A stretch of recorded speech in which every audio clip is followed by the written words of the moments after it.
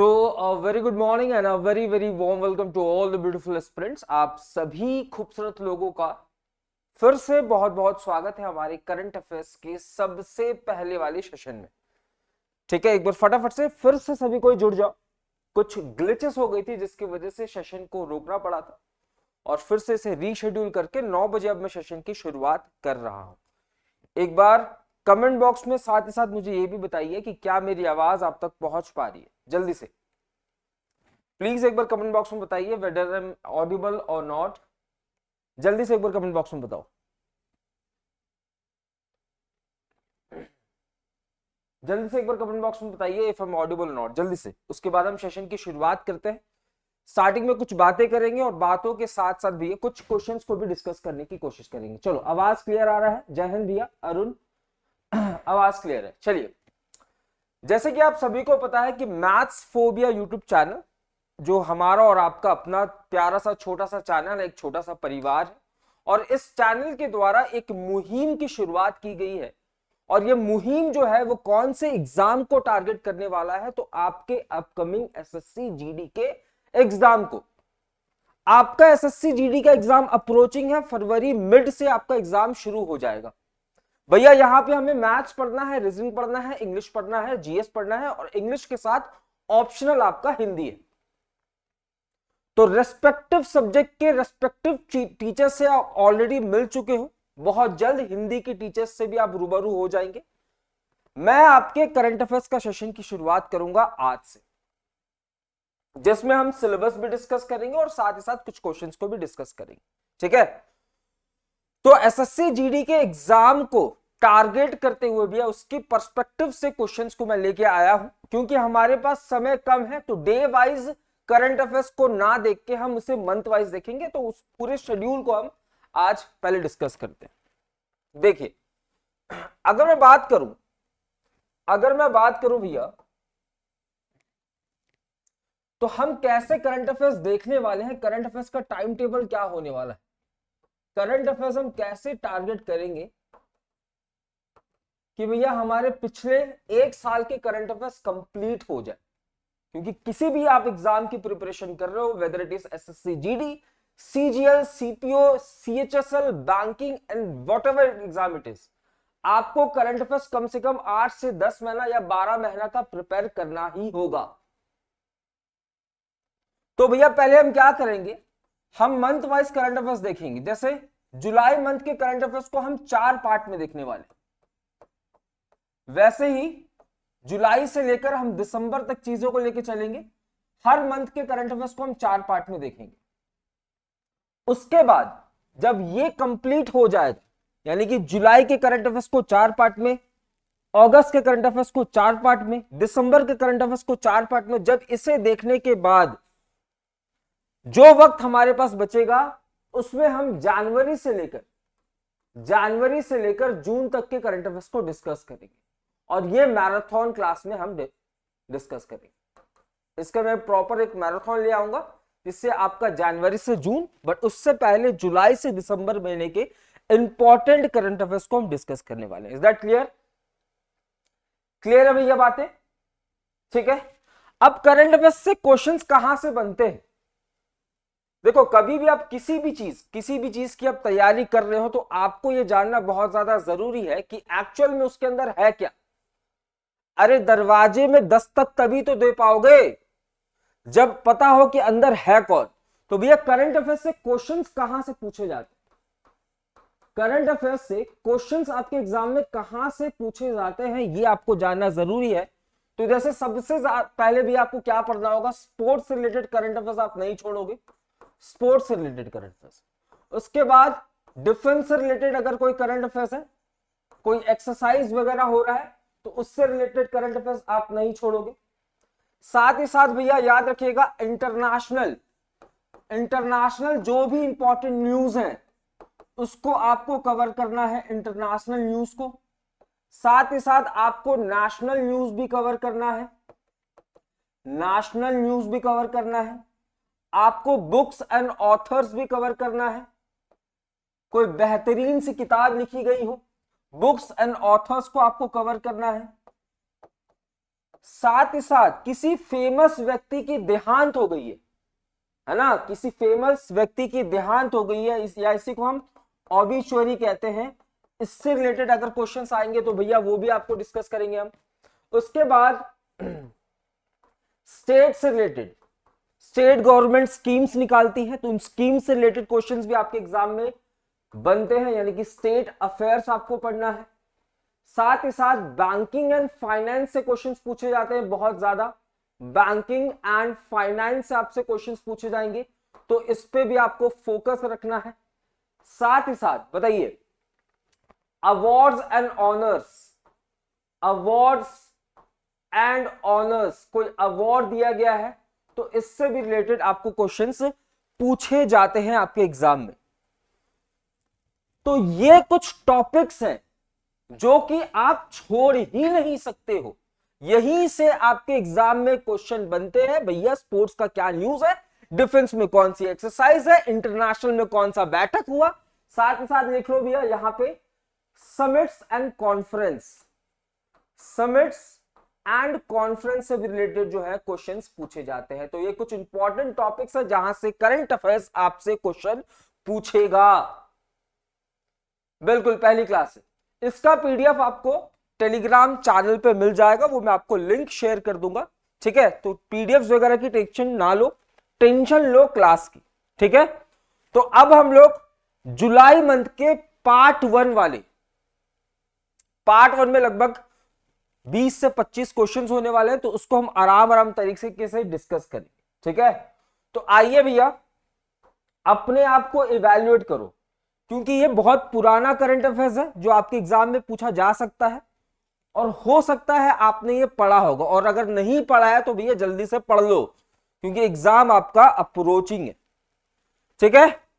बताइए the very first question आपके सामने ये रहा भैया, सभी कोई कोशिश करेंगे इसका आंसर देने का, सभी कोई कोशिश करो इसका आंसर देने का भैया जल्दी से। द वेरी फर्स्ट क्वेश्चन, पहला क्वेश्चन कह रहा है world snake day is observed on which date, विश्व सांप दिवस किस तारीख को मनाया जाता है। विश्व सांप दिवस है ना, तो दिवस से भी क्वेश्चन बनते हैं, तो विश्व सांप दिवस किस तारीख को मनाया जाता है, जल्दी बताओ कौन बताएगा। विश्व सांप दिवस भैया किस तारीख को, तो याद रखना 16 जुलाई। हर साल 16 जुलाई को हम क्या मनाते हैं, विश्व सांप दिवस मनाते हैं। आपसे क्वेश्चन पूछेगा कि सर ऐसा क्यों कि 16 जुलाई को ही मनाया जाता है। ऐसा इसलिए क्योंकि 16 जुलाई 1929 को, 16 जुलाई 1929 को एक संस्था की स्थापना हुई थी, एक संस्था की स्थापना हुई थी, या एक ऑर्गेनाइजेशन या एक इंस्टीट्यूट की स्थापना हुई थी, जिसे हम ICAR के नाम से जानते हैं, या मैं कहूं Indian council of agriculture research के नाम से, Indian council of agriculture research के नाम से जानते हैं।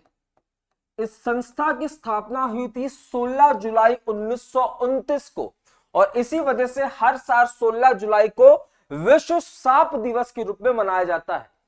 आप ये कहोगे गुरुजी विश्व सांप दिवस मनाने के पीछे मकसद क्या है, तो भैया विश्व सांप दिवस के पीछे मकसद यह है कि भैया उनकी तादाद को घटने से रोकना, उनको प्रिजर्व करना, उनको कंजर्व करना। मकसद क्या होने वाला है भैया, तो इसका मकसद होने वाला है, या मैं कहूं मोटिव होने वाला है, सांपों को प्रिजर्व करना। देख रहे हो गुरुजी, सांपों को प्रिजर्व करने की बात की जा रही है, तो सांपों को प्रिजर्व करना इस दिवस का मेन मकसद होने वाला है। 17 जुलाई को इंटरनेशनल डे ऑफ जस्टिस, लिख लो भैया, लिख लो, ऑप्शंस को भी साथ ही साथ उड़ाते चलेंगे। 17 जुलाई को क्या मनाया जाता है, international day of justice. International day of justice कब मनाया जाता है, तो याद रखिएगा 17 जुलाई। 18 जुलाई को क्या होता है, तो 18 जुलाई को एक व्यक्ति है जिनका नाम है नेल्सन मंडेला। कौन कौन जानता है भैया इनको, पड़ोसी तो नहीं है आपके।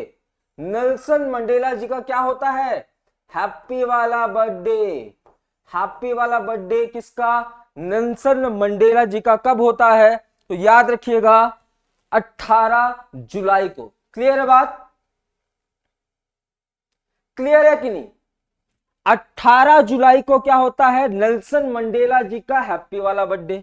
17 जुलाई को इंटरनेशनल डे ऑफ जस्टिस। 16 जुलाई को क्या होता है? 16 जुलाई को विश्व सांप दिवस।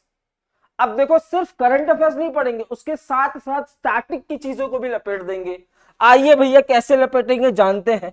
अगर मैं कहूं नेल्सन मंडेला, जो जो बातें याद आ रही है इनके बारे में फटाफट छापते चले जाओ। नेल्सन मंडेला जी, नेल्सन मंडेला जी की बात करूं भैया, क्या इन्हें भारत रत्न मिला है? बिल्कुल मिला है।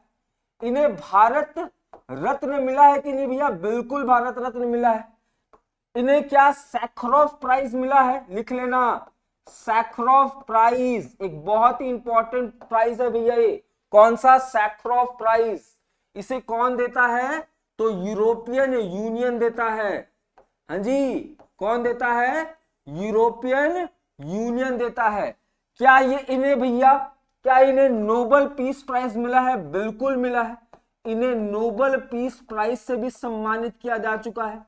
भैया इन्हें क्या कहा जाता है? इन्हें अफ्रीकन गांधी कहा जाता है। क्या कहा जाता है? अफ्रीकन गांधी कहा जाता है। भैया इनका जन्म कब होता है? लिख लो, 18 जुलाई 1918 में इनका जन्म होता है। और इसीलिए 18 जुलाई को हम किस रूप में मनाते हैं? तो international Nelson Mandela day, international Nelson Mandela day के रूप में मनाते हैं। मंडेला डे के रूप में मनाते। क्लियर बात? बहुत सही। साउथ अफ्रीका गए थे और इन्हें अफ्रीकन गांधी के नाम से, हाँ जी, अफ्रीकन गांधी के नाम से भी जाना जाता है। इन्हें भारत रत्न दिया गया है भैया, याद रखना। इन्हें सैखरोव प्राइज से भी नवाजा गया है। और ये सैखरोव प्राइज कौन देता है? European union. यहीं पे लगे हाथ करंट का क्वेश्चन लिख लो, यहीं पे लगे हाथ लिख लो कि इस साल का, यानी कि साल 2022-23 का जो सैखरोव प्राइज है वो किसे दिया गया था? तो यूक्रेन के लोगों को। किसे भैया? यूक्रेन के लोगों को। क्लियर है बात?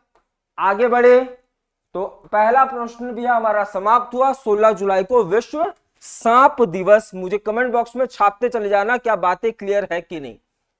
अगला क्वेश्चन क्या है भैया? Which edition of nomadic elephant exercise recently started? भैया जुलाई की बात हो रही है, अभी शुरुआत नहीं हुआ है। हाँ जी, तो जुलाई की बात हो रही है।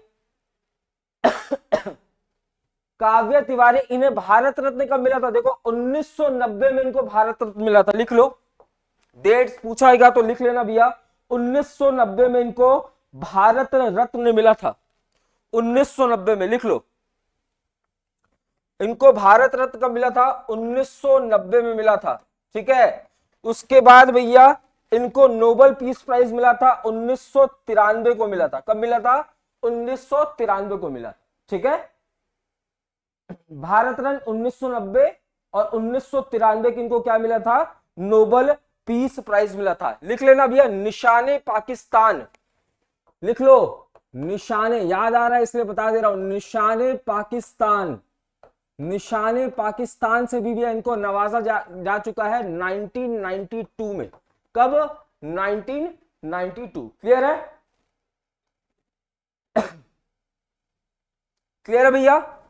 आगे आओ, अगला प्रश्न देखते हैं। चलो, बोल रहा है नोमैडिक एलिफेंट का कौन सा संस्करण हाल ही में इसकी शुरुआत हुई है? भैया जुलाई महीने का करंट अफेयर्स देख रहे हैं, ठीक है। तो नोमैडिक एलिफेंट क्या होने वाला है भैया? ये एक मिलिट्री एक्सरसाइज होने वाला है। किस टाइप का एक्सरसाइज है? याद रखना, ये एक मिलिट्री एक्सरसाइज है। किस टाइप का है बच्चा? ये एक मिलिट्री एक्सरसाइज है। इसकी शुरुआत कब हो रही है? जुलाई के महीने में शुरुआत हो रही है। समाप्त कब हो रहा है? 31 जुलाई को इसकी समाप्ति हो रही है। इसका आयोजन कहां पे हो रहा है गुरुजी? तो याद रखना, इसका आयोजन हो रहा है उलन बतूर। कहां हो रहा है? उलन बतूर। लिख लो, उलन बतूर। आप कहोगे सर उलन बतूर ये कौन सा नाम है, ये किस जगह का नाम है? तो याद रखना, उलन बतूर जो है ये राजधानी है किसकी? मंगोलिया की। तो मंगोलिया की राजधानी उलन बटूर में कौन सा एक्सरसाइज, तो नोमैडिक एलिफेंट एक्सरसाइज, इसका आयोजन हो रहा है और ये इसका 15वां संस्करण है। याद रखना, ये इसका 15वां संस्करण होने वाला है। किसके किसके बीच में होता है, लिख लो, भारत और मंगोलिया के बीच में। भारत और मंगोलिया के बीच में भैया इसका आयोजन होता है। किसका, तो नोमैडिक एलिफेंट। नोमैडिक एलिफेंट जो एक्सरसाइज है ये भारत और मंगोलिया के बीच में। लिख लेना, पहला संस्करण भैया, इसका पहला संस्करण कब आयोजित हुआ, इसका पहला संस्करण याद रखिएगा 2004 में आयोजित हुआ। अगर मैं पूछूं इस बार जो ये नोमैडिक एलिफेंट एक्सरसाइज हुआ है किसके किसके बीच में, भारत और मंगोलिया के बीच में, इसमें भारत की तरफ से किसने पार्टिसिपेट किया, तो लिख लो, जम्मू एंड कश्मीर की लाइट इन्फेंट्री ने, जम्मू एंड कश्मीर की लाइट इन्फेंट्री ने इसमें पार्टिसिपेट किया और ये इसका 15वां संस्करण होने वाला है। Is that clear? बहुत सही, बहुत सही। क्रिकेट लवर गोविंद विश्वकर्मा, लपेट दिया आप लोगों ने, लपेट दिया भैया, बहुत सही। चीजें क्लियर हो रही कि नहीं, मुझे एक बार कमेंट बॉक्स में छापते चले जाना। चीजें क्लियर हो रही हैं कि नहीं, कमेंट बॉक्स में भैया छापते चले जाना। जहां पे रोक दोगे वहीं पे रुक जाऊंगा और जितनी डेप्थ में जाने बोलोगे उतनी डेप्थ में लेके जाऊंगा, बट समय कम है तो भैया ज्यादा डेप्थ में नहीं जा सकते। जल्दी बताओ, चीजें क्लियर हो रही है ना? अगला क्वेश्चन देखते हैं भैया।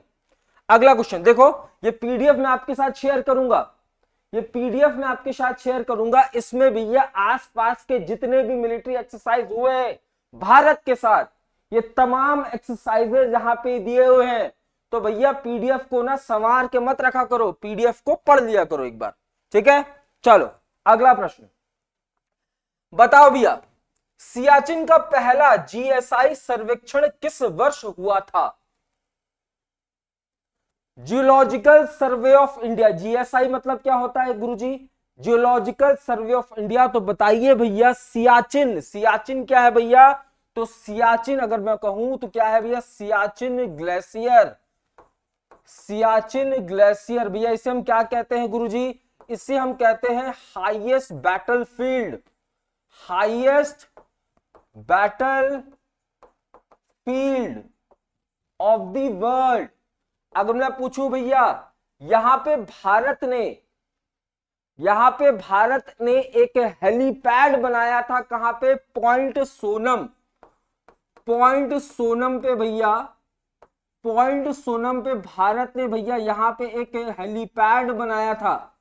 अच्छा गुरुजी, और क्या किया यहां पे? यहां पे भारत के द्वारा, लिख लो, यहां पे भारत के द्वारा सबसे ऊंचाई वाला टेलीफोन बूथ को भी स्थापित किया गया था।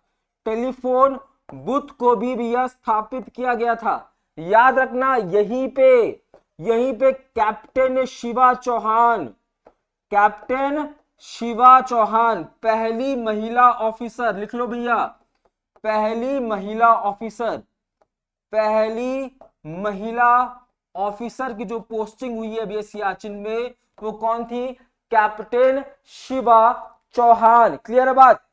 ये आपको कहां देखने को मिलेगा? ये आपको काराकोरम रेंज में, काराकोरम रेंज में देखने को मिलेगा भैया। इसी की जब ग्लेशियर पिघलती है तो वो क्या बनता है? वो बनता है भैया नुब्रा रिवर। क्या बनता है? नुब्रा रिवर, जो कि बाद में भैया पाकिस्तान के इंडस रिवर में जाके मिल जाता है, पाकिस्तान के इंडस रिवर सिस्टम में जाके मिल जाता है।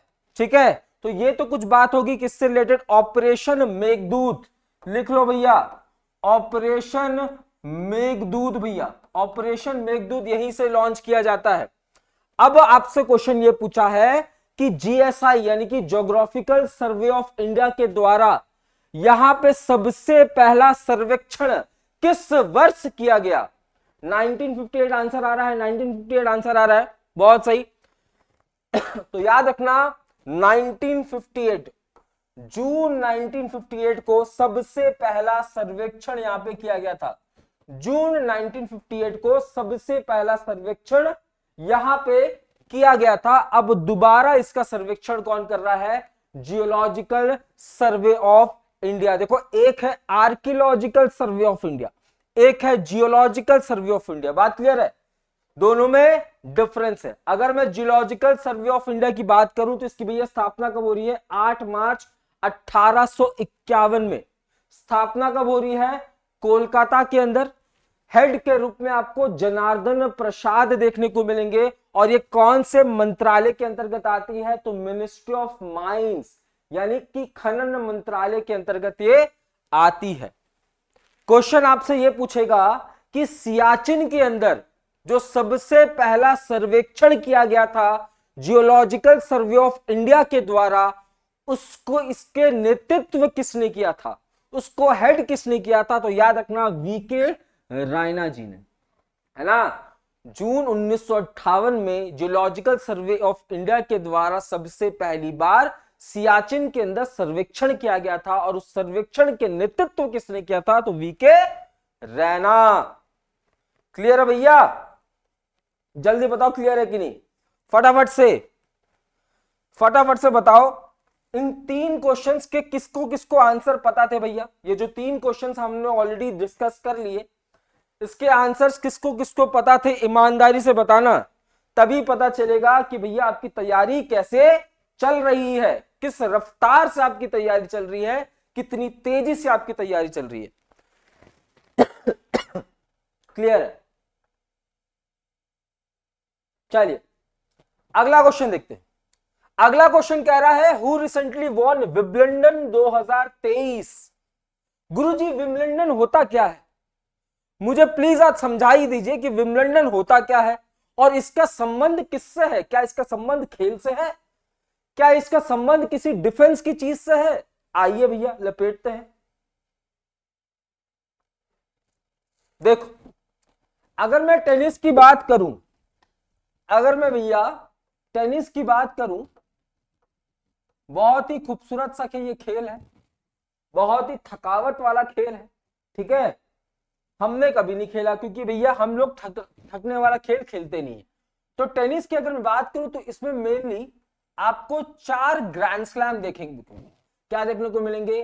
4 ग्रैंड स्लैम देखने को मिलेंगे। आपने बोला ठीक है गुरुजी, 4 ग्रैंड स्लैम आपने कहा, टेनिस में 4 ग्रैंड स्लैम। सबसे पहला होता है ऑस्ट्रेलियन ओपन।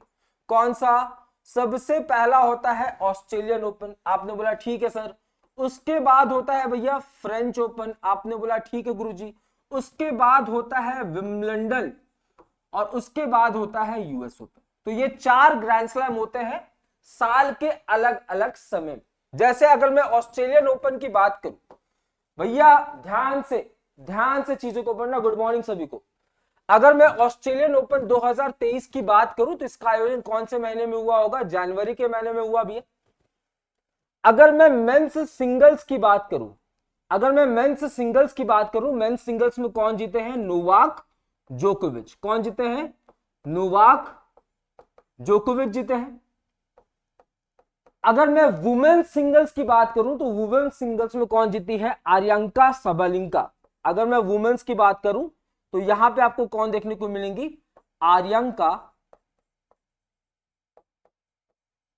साबालेंका। ये तो हो गया भैया ऑस्ट्रेलियन ओपन। अगर मैं फ्रेंच ओपन की बात करूं, तो फ्रेंच ओपन कौन जीता है भैया? फ्रेंच ओपन भी कौन जीते हैं? नोवाक जोकोविच जीते हैं। कौन जीते हैं? नोवाक जोकोविच। और वुमेन्स सिंगल्स का टाइटल किसने जीता है? ईगा स्वेटिक ने जीता है। किसने जीता है? ईगा स्वेटिक ने जीता है। यहां पूछा है विंबलडन, तो विंबलडन किसने जीता है? कौन बताएगा? विंबलडन किसने जीता है? तो विंबलडन जीता है भैया कार्लोस अल्कराज ने। किसका आया भैया आंसर? देखे, कार्लोस अल्कराज। काव्या तिवारी का आया है, काव्या तिवारी का आंसर आया है कार्लोस अल्कराज। बाकी लोगों ने ले मारा धप्पा, बाकी लोगों ने जो तुक्का मारा है, कार्लोस अल्कराज, ठीक है। कार्लोस अल्कराज ने विंबलडन 2023 जीता है, याद रखिएगा। विंबलडन 2023 कौन जीत रहा है? Carlos Alcaraz. और यूएस ओपन 2023 कौन जीत रहा है? तो ये भी नोवाक जोकोविच। ये भी कौन, नोवाक जोकोविच। देखो एग्जाम में, अगर एग्जाम में आपको ग्रैंड स्लैम से रिलेटेड आंसर नहीं पता हो तो महिलाओं में दो नाम याद रख लो, या तो ईगा स्वेटिक या तो आर्यंका सबालिंका। ये मैं तब कह रहा हूं जब आपको आंसर याद नहीं है, तुक्का मारना, स्मार्टली मारना। आर्यंका सबालिंका, ईगा स्वेटिक। और पुरुष में भैया सबसे इंपॉर्टेंट नाम कौन सा, नोवाक जोकोविच, उसके बाद कार्लोस अल्कराज, उसके बाद राफेल नडाल। क्लियर है बात? तो तुक्का मारना, सबर करके मारना, स्मार्टली तुक्का मारना, ठीक है। तो 2023 यूएस ओपन नोवाक, विंबलडन भी Carlos, French Novak, Australian open Novak. और जैसे ही यूएस ओपन को नोवाक जी ने जीता, वैसे ही सबसे ज्यादा ग्रैंड स्लैम का खिताब किसके नाम, नोवाक जोकोविच के। कितने ग्रैंड स्लैम हो गए इनके पास, तो 24 ग्रैंड स्लैम। इनके पीछे कौन, इनके पीछे राफेल नडाल। राफेल नडाल के कितने ग्रैंड स्लैम, आप कहोगे 22। आप बोलोगे भैया कौन से देश से, मैं कहूंगा स्पेन से। आप कहोगे ये कौन से देश से, मैं कहूंगा सर्बिया से। कहां से, सर्बिया से। तो कार्लोस अल्कराज ने विंबलडन 2023 को जीता है। बहुत सही, गजब। अच्छा, फ्रेंच ओपन आपने बताया था, कोई बात नहीं, ठीक है। तो Carlos Alcaraz is going to be the right answer. अगला क्या कही रहा है कि नवीनतम यंग यूनिवर्सिटी रैंकिंग 2023 के अनुसार नोंगयांग टेक्नोलॉजिकल यूनिवर्सिटी की रैंकिंग क्या है। देखो क्वेश्चन कैसे घुमाता है, क्वेश्चन ऐसे घुमाया कि आपको एक यूनिवर्सिटी का नाम दे दिया और पूछा भैया इसका रैंक बताओ। ये मत बताओ कि भैया इस रैंकिंग में कौन सा यूनिवर्सिटी टॉप पे है, आप मुझे ये बताओ कि फलाना यूनिवर्सिटी कौन से रैंक पे, फलाना यूनिवर्सिटी कौन से रैंक पे, जल्दी बताओ। What is the ranking of Nanyang technological university in the latest young university ranking 2023।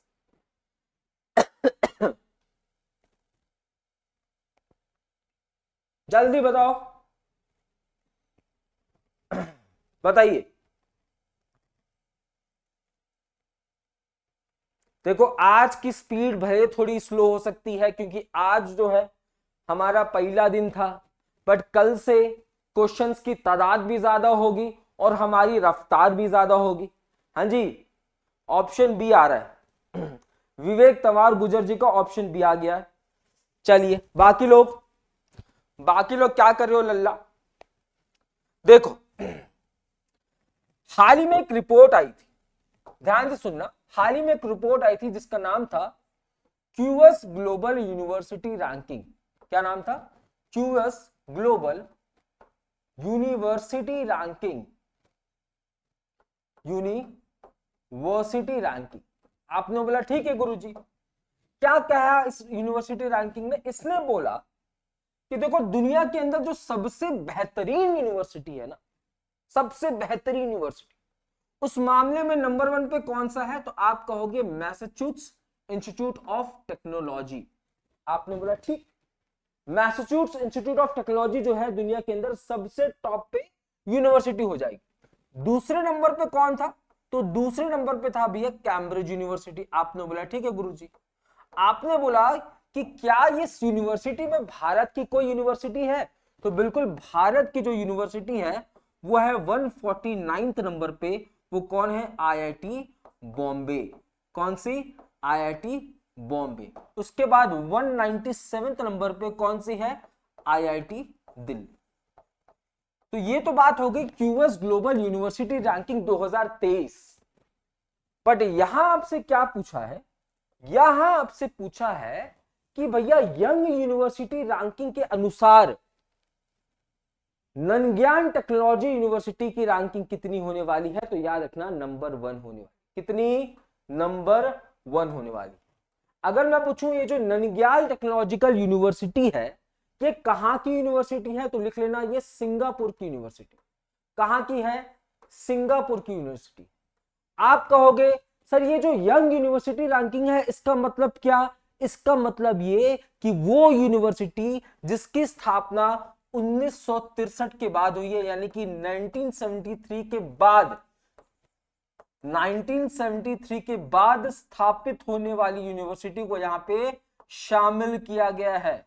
1973 के बाद स्थापित होने वाली जो यूनिवर्सिटी है उसको यहां पे शामिल किया गया है। और सिंगापुर की एक यूनिवर्सिटी है जिसका नाम है ननग्यान टेक्नोलॉजिकल यूनिवर्सिटी, उसने यहां पे टॉप किया है। बहुत सही, बहुत सही, आईआईटी दिल्ली, बहुत सही, बहुत सही। ठीक है बात, इसने इसमें टॉप किया। आइए भैया इस रिपोर्ट में और क्या बातें कही गई। इस रिपोर्ट ने बोला कि भैया उन यूनिवर्सिटी को हमने शामिल किया है जिसकी स्थापना 1973 के बाद हुई है। आपने बहुत सही। कितनी यूनिवर्सिटी शामिल है? 605 यूनिवर्सिटी शामिल है, जिसमें से सबसे ज्यादा यूनिवर्सिटी कहां की है? तुर्की की है। कहां की है भैया? तुर्की की है। भारत की कितनी यूनिवर्सिटी है इसमें? तो भारत की 45 यूनिवर्सिटी इसमें शामिल है। इंपॉर्टेंट आपके लिए क्या होने वाला है? इंपॉर्टेंट ये होने वाला है कि भारत की कौन सी यूनिवर्सिटी इसमें टॉप पे है। तो भारत की जो यूनिवर्सिटी है जिसका नाम है महात्मा गांधी यूनिवर्सिटी, उसकी रैंकिंग इसमें कितनी नंबर पे है? 77 नंबर पे है। तो दो रैंकिंग मैंने आपको बताया इस क्वेश्चन में भैया, दो रैंकिंग हमने बताया। ठीक है, इस क्वेश्चन में हमने दो रैंकिंग बनाया। अगला क्वेश्चन देखते हैं। अगला क्वेश्चन आपके समक्ष ये रहा, बताओ which of the following state recently launched project गजा कोटा? निम्नलिखित में से किस राज्य ने हाल ही में गजा कोटा परियोजना की शुरुआत की है? लगे हाथ बता दो, बता दो भैया। देखे भैया कैसी तैयारी चल रही है आप लोग की, बताइए। गजा कोटा नाम का एक प्रोजेक्ट की शुरुआत की गई है। आपको बताना है कि इनमें से किस राज्य के द्वारा इसकी शुरुआत की गई है। आओ बताओ जल्दी। गजा कोटा देख लो, खुद को इवैल्यूएट करो भैया, खुद को इवैल्यूएट करो कि एग्जाम बहुत ज्यादा नजदीक है और आप करंट अफेयर्स के मामले में कहां स्टैंड करते हो। असम आंसर आ रहा है, उसके बाद वेस्ट बंगाल भी आंसर आया है, आशुतोष पांडे का आंसर आया असम। देखो जो जो असम वाले हैं भैया बहुत सही, गजब। जो जो असम वाले हैं बहुत सही। असम के अंदर भैया क्या लॉन्च किया गया है? गजा कोटा इनिशिएटिव। अब समझते हैं इसका मतलब क्या है भैया। संस्कृत में एलिफेंट को हम हाथी को क्या कहते हैं? गजा कहते हैं। तो गजा कोटा इनिशिएटिव कहां पे? असम के अंदर लॉन्च किया गया। अगर मैं एलिफेंट की बात करूं, अगर मैं एलिफेंट्स की बात करूं तो अगर आपको याद हो, भारत के अंदर एलिफेंट्स को प्रोटेक्ट करने के लिए, एलिफेंट्स को कंजर्व करने के लिए एक प्रोजेक्ट आता है जिसका नाम क्या हो जाएगा? Project elephant. कौन मुझे बताएगा कि प्रोजेक्ट एलिफेंट कब लॉन्च होता है भैया? प्रोजेक्ट एलिफेंट कब लॉन्च होता है? कौन बताएगा? लगे हाथ बताओ। तो भारत के अंदर एलिफेंट्स के तादाद को बढ़ाने के लिए या इनको कंजर्व करने के लिए एक प्रोजेक्ट आता है, किस साल में आप बता दो। दूसरी चीज क्या भैया? एलिफेंट्स की अगर मैं तादाद की बात करूं तो सबसे ज्यादा तादाद आपको कहां देखने को मिलेगा? कर्नाटका के अंदर। उसके बाद भी इनकी तादाद आपको कहां देखने को मिलेगी? असम के अंदर। अगर मैं पूछूं वो कौन सा वाइल्ड लाइफ सेंचुरी है जहां पे सबसे ज्यादा एलिफेंट पाए जाते हैं, तो आप कहोगे बंदीपुर। बंदीपुर में प्यारे बच्चों आपको सबसे ज्यादा एलिफेंट्स देखने को मिलेंगे, जो कि कहां हो जाएगा? कर्नाटका के अंदर। कहां हो जाएगा? कर्नाटका के अंदर। अगर मैं कहूं कि भैया कौन से सिंगल वाइल्ड लाइफ सेंचुरी में सबसे ज्यादा एलिफेंट पाए जा रहे हैं, तो आप क्या कहोगे? कर्नाटका के बंदीपुर में। बट अगर मैं राज्य की बात करूं तो सबसे ज्यादा कर्नाटका के अंदर, उसके बाद असम के अंदर। प्रोजेक्ट एलिफेंट 1992, बहुत सही काव्या। प्रोजेक्ट एलिफेंट कब आता है? 1992 को। अब प्रोजेक्ट एलिफेंट आया 1992 1993 में। अब ये साल क्या चल रहा था? 2023। तो भैया इस प्रोजेक्ट एलिफेंट को हो गए 30 साल पूरे। तो जैसे ही 30 साल पूरे हुए तो भैया लोगों ने बोला सेलिब्रेशन बनता है।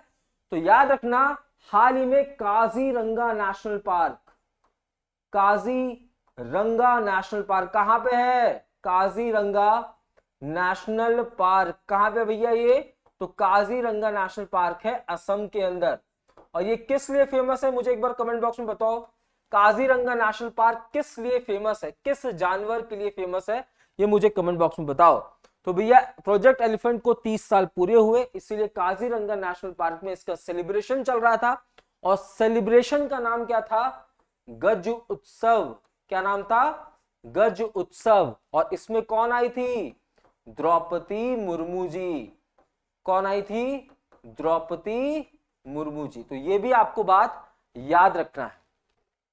आइए गजा कोठा, ये जो प्रोजेक्ट है इसमें हम क्या करेंगे? मनुष्य को भैया जानकारी देंगे किसके बारे में? एलिफेंट के स्वभाव के बारे में। ताकि क्या हो गुरुजी? ताकि दोनों के बीच में कॉन्फ्लिक्ट ना हो। मनुष्य और एलिफेंट के बीच में कॉन्फ्लिक्ट को रोकने के लिए। अरे कॉन्फ्लिक्ट को कैसे रोकेंगे सर? हाथी तो चढ़ जाएगा, मनुष्य तो धरती के अंदर चला जाएगा। तो याद रखना, हाथियों और मनुष्य के बीच में कॉन्फ्लिक्ट ना हो, इसलिए इस इनिशिएटिव को लॉन्च किया गया। ठीक ऐसा ही एक इनिशिएटिव आता है कहां पे? वेस्ट बंगाल के अंदर, जिसे हम किस नाम से जानते हैं? ठीक ऐसा ही इनिशिएटिव जिसे हम गज मित्र के नाम से जानते हैं। किस नाम से? गज मित्र के नाम से जानते हैं। क्लियर है बात? एक सिंग वाला गेंडा, बहुत सही, एक सिंग वाला गेंडा यानी कि one horned rhinoceros. One horned rhinoceros के लिए फेमस है काजीरंगा नेशनल पार्क। बहुत सही। तो कितनी बातें देखी हमने भैया। असम के अंदर गजा कोठा इनिशिएटिव लॉन्च हुआ है। क्या करना है? मनुष्य को हाथियों से दूर करना है। बात क्लियर। दूसरी चीज मैंने क्या बताया? हाथियों की तादाद सबसे ज्यादा कहां? कर्नाटक के अंदर। उसके बाद कहां? असम के अंदर। अगर मैं सिंगल किसी वाइल्ड लाइफ सेंचुरी की बात करूं तो सबसे ज्यादा बंदीपुर के अंदर देखने को मिलेगा इनकी तादाद। भैया इनके संरक्षण के लिए कौन सा प्रोजेक्ट आया? तो प्रोजेक्ट एलिफेंट आया। कब आया? तो 1992 में आया। अब क्या हुआ? 2023 में भैया 30 साल पूरे हो गए, तो सेलिब्रेशन हुआ। सेलिब्रेशन कहां हुआ? काजीरंगा नेशनल पार्क में। ये कहां है गुरुजी? असम के अंदर। किस लिए फेमस है गुरुजी? तो वन हॉर्न राइनोसोरस के लिए। तो भैया क्वेश्चन अपने आप से पूछते चला जाया करो, क्वेश्चन अपने आप से पूछते चला जाया करो, आंसर दिए चला जाया करो, चीजें रिवाइज होती चली जाएंगी। ठीक है? क्लियर है भैया? बताओ जल्दी, बताओ क्लियर है कि नहीं? जल्दी बताओ क्लियर है कि नहीं? अगला क्वेश्चन, जल्दी बताओ चीजें क्लियर हो रही है कि नहीं? फटाफट से बताते चले जाए।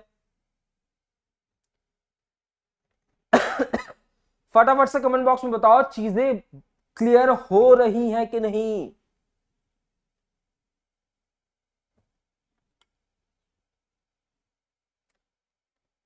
अगला क्वेश्चन देखो। अगला क्वेश्चन कह रहा है अद्वितीय लेखक पान का पत्ता किस राज्य से संबंधित है? Unique author betel leaf belongs to which state? आपको राज्य बताना है कि भैया एक पान का पत्ता है, एक पान का पत्ता है और ये किस राज्य से है? बताओ भैया। तमिलनाडु आंसर आ रहा है। किसका? गोविंद विश्वकर्मा का। बाकी लोग क्या कर रहे हो? क्या कर रहे हो? तमिलनाडु से इसका संबंध है। आप पूछोगे गुरुजी संबंध से हमें क्या लेना? इस प्रश्न का मेन मतलब क्या था, मोटिव क्या था? देखो याद रखना कि ये जो ऑथर बेटल लीफ है, ये जो पान का पत्ता है जो कि तमिलनाडु के अंदर पाया जाता है, इसे हाल ही में क्या मिला है? जियोग्राफिकल इंडिकेशन टैग मिला है। क्या मिला है गुरुजी? जियोग्राफिकल इंडिकेशन टैग मिला है। चलो भैया अगले पेज पे चलते हैं। क्या मिला है? Geographical indication tag. लिख लो भैया, जियोग्राफिकल इंडिकेशन टैग क्या होता है, इसके बारे में सारी चीजें एक ही जगह पे बता दूंगा, दोबारा पढ़ने की जरूरत नहीं पड़ी। अगर मैं जियोग्राफिकल इंडिकेशन टैग की बात करूं तो याद रखना भारत के अंदर इसके लिए एक एक्ट आता है। कब? 1999 में। ये लागू कब होता है बच्चा? ये लागू होता है ये लागू कब होता है? 2003 के अंदर। और सबसे पहली वस्तु जिसे जीआई टैग या ज्योग्राफिकल इंडिकेशन टैग मिला वो कौन सी होती है? वो होती है दार्जिलिंग की टी। कौन सी? दार्जिलिंग की टी। अगर मैं पूछूं जीआई टैग कितने साल के लिए दिया जाता है, तो याद रखना 10 सालों के लिए जीआई टैग दिया जाता है। अगर मैं पूछूं जीआई टैग के लिए, मुझे जीआई टैग चाहिए मेरे राज्य का, मेरे शहर का, मेरे कस्बे का बहुत ही फेमस कोई वस्तु है और मैं चाहता हूं उसे और भी ज्यादा फेमस करना, उसके व्यापार को बढ़ाना, उसके एक्सपोर्ट को बढ़ाना, तो भैया मुझे जीआई टैग कहां से मिलेगा? तो इसका एक ऑफिस है भैया। इसकी ऑफिस आपको कहां देखने को मिलेगी? तो इसकी ऑफिस आपको चेन्नई के अंदर देखने को मिलेगी।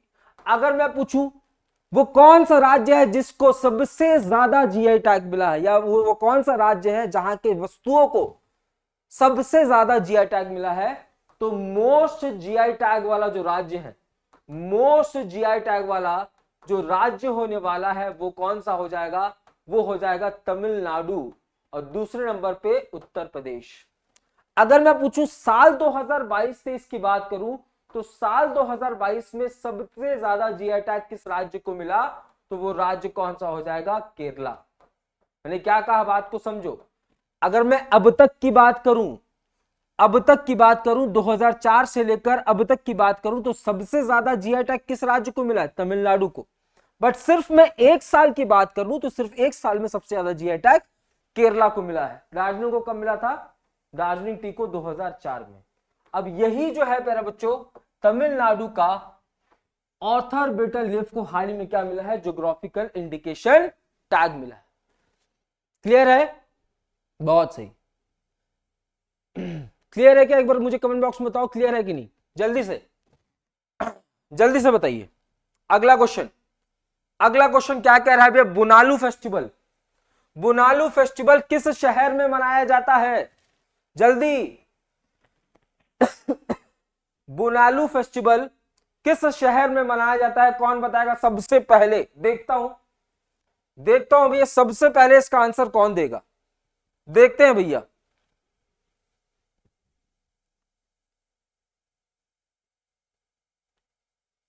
जल्दी से बता दो, जल्दी से, जल्दी से देखते हैं कौन लपेट के बताता है, कौन सबसे पहले बताता है बुनालू फेस्टिवल। ऑप्शन आना शुरू हो गया धड़ाधड़। गोविंद विश्वकर्मा बहुत ज्यादा फॉर्म में है, चेन्नई आंसर दे दिया इन्होंने।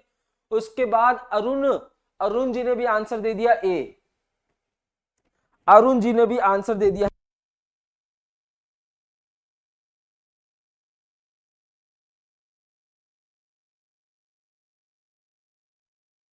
एक और बात, इस क्वेश्चन के जो है 3-4 आंसर होने वाले हैं, पिटाई होगा। एक ही का आंसर सही है, काव्य तिवारी हैदराबाद। याद रखना, याद रखना भैया, याद रखना तेलंगाना के, याद रखना भैया हैदराबाद और सिकंदराबाद, हैदराबाद और सिकंदराबाद इन दोनों को भैया ट्विन स्टेट्स कहा जाता है।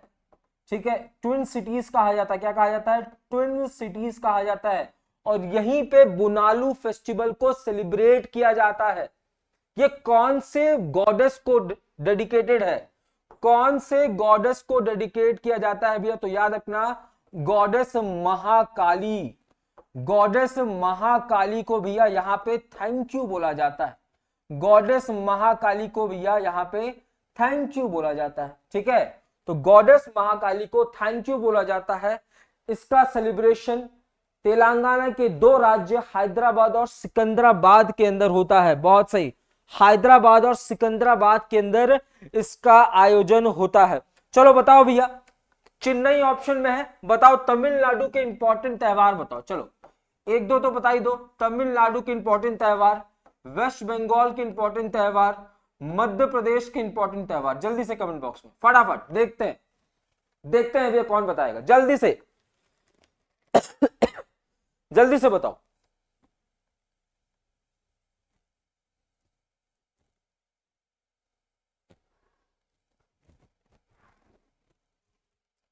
तमिलनाडु का क्या हो जाएगा भैया? थाई पुसम लिख लो, इंपॉर्टेंट त्योहार है। थाई पुसम पूछता है, पोंगल पूछता है भैया, पोंगल पूछ लेगा। ठीक है, तेलंगाना का लिख लो भैया, उगाड़ी लिख लो। तेलंगाना के अंदर उगाड़ी मनाया जाता है। वेस्ट बंगाल के अंदर दुर्गा पूजा मनाया जाता है। याद रखना ये यूनेस्को के अंदर भी शामिल है। यूनेस्को के अंदर भी इसे शामिल किया गया है। किसको भैया? तो कोलकाता के दुर्गा पूजा को, ठीक है, कोलकाता के दुर्गा पूजा को। उसके बाद मध्य प्रदेश में खाजू राहो फेस्टिवल कहां पे? मध्य प्रदेश के अंदर मनाया जाता है। तो फेस्टिवल से क्वेश्चन पूछे जाते हैं भैया, तैयार रहियो, तैयार रहियो। बताओ जरा, बथू खंबा फेस्टिवल कहां पे मनाया जाता है? कौन बताएगा? बथू खंबा फेस्टिवल बताओ, बथू खंबा फेस्टिवल कहां पे? लिखो, बताओ। बथू खंबा फेस्टिवल कहां पे मनाया जाता है? आज का बॉम्ब सवाल है भैया, आज का बॉम्ब सवाल है, ये मुझे कमेंट बॉक्स में बताना। बथू खंबा फेस्टिवल किस राज्य में मनाया जाता है? दुर्गा पूजा, बिल्कुल दुर्गा पूजा यूनेस्को के हेरिटेज लिस्ट में शामिल है। यूनेस्को के हेरिटेज लिस्ट में टोटल 15 चीजें हैं, जिसमें 14वां चीज कौन सा है? दुर्गा पूजा। याद रखते चले जाना, 15वां चीज भी बता देना लगे हाथ अगर याद हो तो। अगला आओ, अगला क्वेश्चन क्या कह रहा है? हाल ही में नीति आयोग ने निर्यात तैयारी सूचकांक 2022 के किस संस्करण की घोषणा की है? बहुत ही प्यारा प्रश्न, बहुत ही प्यारा प्रश्न भैया। नीति आयोग ने बोला कि हमने भैया क्या जारी किया है? निर्यात तैयारी सूचकांक को जारी किया है। आपको बताना है कि ये इसका कौन सा संस्करण है भैया, ये इसका कौन सा संस्करण है? बहुत सही, तेलंगाना। बथू खंबा कहां का है? तेलंगाना का है, लिख लो। बथू खंबा कहां का हो जाएगा? तेलंगाना का फेस्टिवल है भैया। कहां का? तेलंगाना का फेस्टिवल होने वाला है। बताओ जरा, नीति आयोग ने कहा मैंने हाल ही में निर्यात तैयारी सूचकांक यानी कि इंपोर्ट प्रिपेयर्डनेस इंडेक्स को जारी किया है, ये इसका कौन सा संस्करण होने वाला है? जल्दी जल्दी बताओ, कौन सा संस्करण होने वाला है? देखो क्या हुआ है, बात को समझो। हाल ही में भैया नीति आयोग ने एक रिपोर्ट को, एक इंडेक्स को जारी किया है, जो कि इसका तीसरा संस्करण। ये रिपोर्ट क्या बताता है? ये रिपोर्ट बताता है कि भारत के अंदर जितने भी राज्य हैं, उनमें से वो कौन सा राज्य है जो कि सबसे ज्यादा चीजों को एक्सपोर्ट कर रहा है। अरे इंपोर्ट करना अच्छा होता है कि एक्सपोर्ट करना? अरे चीजों को खरीदना अच्छा होता है कि चीजों को बेचना? अरे खरीदने में क्या फायदा, बेचने में फायदा है। तो भैया नीति आयोग ने एक रिपोर्ट को जारी किया है, जिसमें ये पूछ रहा है कि इनमें से वो कौन सा राज्य है जो कि सबसे ज्यादा चीजों को बेच रहा है। और अगर चीजों को बेच रहा है तो हमारी इकोनॉमी को दुरुस्त कर रहा है ना। अरे हमारी इकोनॉमी को दुरुस्त कर रहा है, वो चीजों को बेच के इकोनॉमी को दुरुस्त कर रहा है, जीडीपी को बढ़ा रहा है। बताओ, तो भैया ये एडिशन कौन सा हो जाएगा? तीसरा। अगर मैं नीति आयोग की बात करूं, किसकी भैया? नीति आयोग। तो याद रखिएगा, नीति आयोग क्या हो जाएगा? इसे हम थिंक टैंक ऑफ इंडिया के नाम से जानते हैं। किस नाम से? Think tank of India. यानी कि भैया भारत के अंदर जितने भी पॉलिसीज बनाई जाती है, ध्यान से, भारत के अंदर जितने भी पॉलिसीज बनाई जाती है, उसके पीछे की सोच नीति आयोग की होती। आप बोलेंगे सर नीति आयोग की स्थापना कब हो रही है? तो मैं कहूंगा सर नीति आयोग की स्थापना 2015 1 जनवरी 2015 को हो रही है। भैया 2015 1 जनवरी को नीति आयोग की स्थापना हो रही है, और भारत के अंदर जितने भी पॉलिसीज बनती है वो इसी की सोच की होती है। आपने बोला सर 2015 से पहले भारत के अंदर जितनी भी पॉलिसीज बनती थी वो बिना सोच की बनती थी, सोचते नहीं थे हम लोग? अरे ऐसा नहीं है, सोचते थे। उससे पहले क्या हुआ करता था? Planning commission. क्या हुआ करता था? Planning commission. और प्लानिंग कमीशन को बंद करके क्या शुरू किया गया? नीति आयोग। याद रखिएगा, नीति आयोग के हमेशा चेयरपर्सन कौन होते हैं? इसके हमेशा चेयरपर्सन देश के प्रधानमंत्री यानी कि नरेंद्र मोदी जी होंगे। कौन होंगे? नरेंद्र मोदी जी। इसके वाइस चेयरपर्सन कौन है गुरुजी? इसके वाइस चेयरपर्सन के रूप में आपको सुमन बेरी देखने को मिलेंगे। कौन गुरुजी? सुमन बेरी। आप कहोगे सर इसके चीफ एग्जीक्यूटिव ऑफिसर लगे हाथ बता दो, तो इसके चीफ एग्जीक्यूटिव ऑफिसर हो जाएंगे बीवीआर सुब्रमण्यम। कौन गुरुजी? BVR सुब्रमण्यम। तो भैया नीति आयोग ने हाल ही में एक रिपोर्ट पेश की है जो कि इसका तीसरा संस्करण है, जो कि बता रहा है भारत के अंदर साल 2022 में वो कौन सा राज्य है जो सबसे ज्यादा चीजों को बाहर बेच के आया है और भारत की इकोनॉमी में दुरुस्त करने में भैया उसका बहुत बड़ा योगदान है। राज्य बता दो, राज्य बता दो भैया, कौन सा राज्य होने वाला है? तो याद रखना बच्चा, वो राज्य कौन सा होने वाला है? गुजरात। साल 2021 में भी, साल 2022 में भी सबसे ज्यादा एक्सपोर्ट करने के मामले में टॉप पे कौन हो जाएगा? गुजरात हो जाएगा। कौन? गुजरात हो जाएगा। ठीक है, गुजरात हो जाएगा। अब देखो कुछ वन लाइनर क्वेश्चन है, उसे फटाफट लपेट लेते हैं। वन लाइनर क्वेश्चन क्या है भैया? देखो, Australia has appointed Mitchell bullock.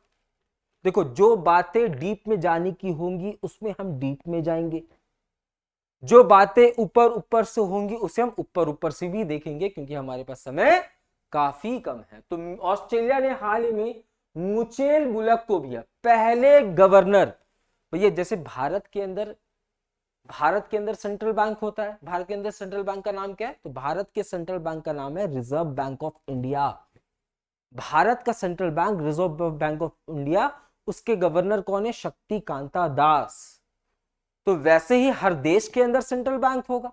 तो भैया हाल ही में ऑस्ट्रेलिया के सेंट्रल बैंक के नए गवर्नर के रूप में किसकी नियुक्ति हुई है? Michele Bullock. किसकी? Michele Bullock. अगला वन लाइनर न्यूज क्या है भैया? Nigerian president Bola Tinubu has declared a state of emergency due to ongoing food crisis। भैया जुलाई की महीने की बात कर रहा हूं कि नाइजीरिया के अंदर भैया फूड क्राइसिस हो गया है बहुत ज्यादा। अगला देखो क्या है? गोल्डन पीकॉक अवार्ड यहां पे दिया गया भैया। किसको दिया गया? तो याद रखना, अडानी ट्रांसमिशन लिमिटेड को। अडानी ट्रांसमिशन लिमिटेड को हाल ही में गोल्डन पीकॉक अवार्ड से नवाजा गया है। अगला वन लाइनर न्यूज क्या है भैया? कि रेजर पे ने भैया हाल ही में मलेशिया के साथ मिलकर क्या लॉन्च किया है? कॉर्लिक को लॉन्च किया। क्या लॉन्च किया है?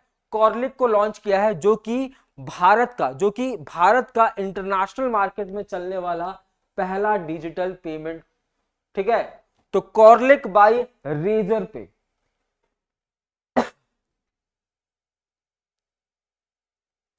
ठीक है, गुजरात। बहुत सही। तो ये कुछ वन लाइनर क्वेश्चंस थे। ठीक है, बाकी आज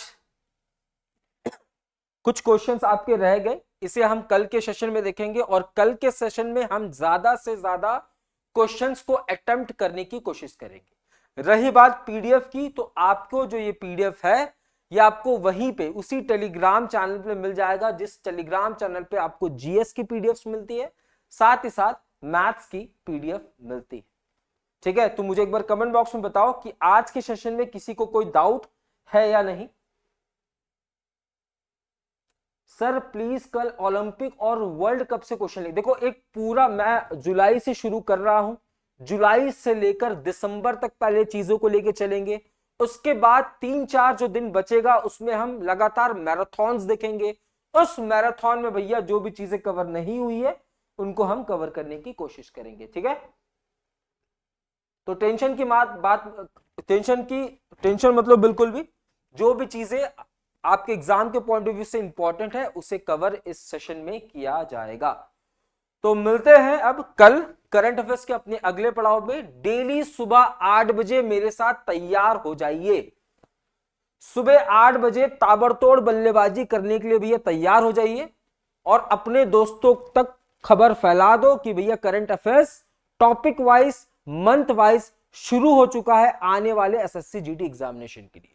तो आज के सेशन में यहीं तक रखता हूं, मिलते हैं कल करंट अफेयर्स के अपने अगले पड़ाव में। मैं शुभम सिंह अलविदा लेता हूं। खुश रहे, अपने आप को समय दें और तैयारी को जबरदस्त मजबूत करते रहे। जय हिंद, जय भारत।